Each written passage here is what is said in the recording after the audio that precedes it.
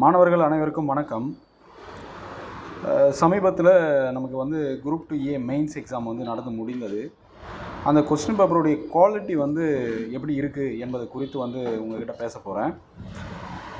அதாவது ஒவ்வொரு எக்ஸாமுக்குமே டிஎன்பிசியை பொறுத்த வரைக்குமே கொஸ்டினுடைய குவாலிட்டி இன்க்ரீஸ் ஆகின்னு தான் இருக்குது.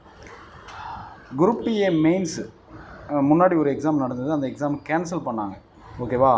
அந்த எக்ஸாம் கேன்சல் ஆச்சு இல்லையா? அது அந்த கொஸ்டின் பேப்பர் 145 பேஜ் இருந்தது. இப்போ அந்த கேன்சல் ஆன எக்ஸாம் எக்ஸாம் வச்சு கண்டக்ட் பண்ணாங்க. அதுக்கான கீ ஆன்சர் தான் இது. ஸோ இது கிட்டத்தட்ட 168 பேஜஸ் இருக்குது. அப்போ 145லேருந்து 168 பேஜஸ் இன்க்ரீஸ் ஆகிருக்கு. அது மட்டும் இல்லாமல் பக்கத்துக்கு ஒரு கேள்வி தான் இருக்குது. மேக்ஸிமம் கொஸ்டினுடைய டைப் எப்படி இருக்குன்னா, நீங்கள் கொஞ்சம் நல்லா தரவாக படித்தா மட்டும்தான் ஆன்சர் பண்ணுற போல இருக்குது. கொஞ்சம் புரிஞ்சு படிக்கணும், நிறைய டேட்டா ஞாபகம் வச்சுருக்கணும். அந்த ஆங்கிளில் கொஸ்டின் செட் பண்ணியிருக்காங்க. நீங்களே பாருங்கள். பேஜுக்கு ஒரு கேள்வி, 10வது கேள்வி, 11வது கேள்வி, 12வது கேள்வி, 13வது கேள்வி, 14வது கேள்வி, 15வது கேள்வி, 16வது கேள்வி, இப்படி பக்கத்துக்கு ஒரு கேள்வி தான் இருக்குது இதில். அப்போது நீங்கள் எந்த அளவுக்கு படிக்க வேண்டியது இருக்குது அப்படி என்பதை பாருங்கள். கிளாஸ் எந்த அளவுக்கு முக்கியம் என்பதை பாருங்கள். நம்ம கொஸ்டின் பேப்பர் செட் பண்ணுறோம் இல்லையா? அந்த கொஸ்டின் பேப்பர் என்ன இப்படிலாம் கேட்குறாங்கன்னு நீங்கள் யோசிப்பீங்க ஒரு சில பேர்.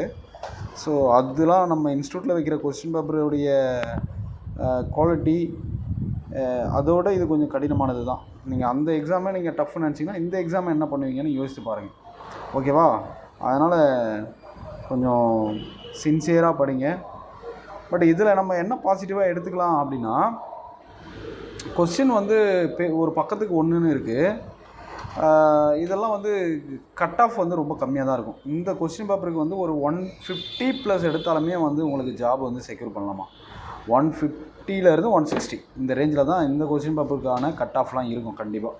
ஸோ அதை தாண்டி நம்மளால் போட முடியாது. வகுப்பில் நம்ம எடுத்ததுலேருந்து கேள்வி வந்ததுனாலோ அல்லது நம்ம படித்த இடத்துலேருந்து கேள்வி வந்ததுனாலோ அதை நம்ம மிஸ் பண்ணக்கூடாது. தெரிந்த கேள்வி மிஸ் பண்ணாமல் இருந்தாலுமே நமக்கு ஜாப் கட்டாயம் கிடச்சிரும்.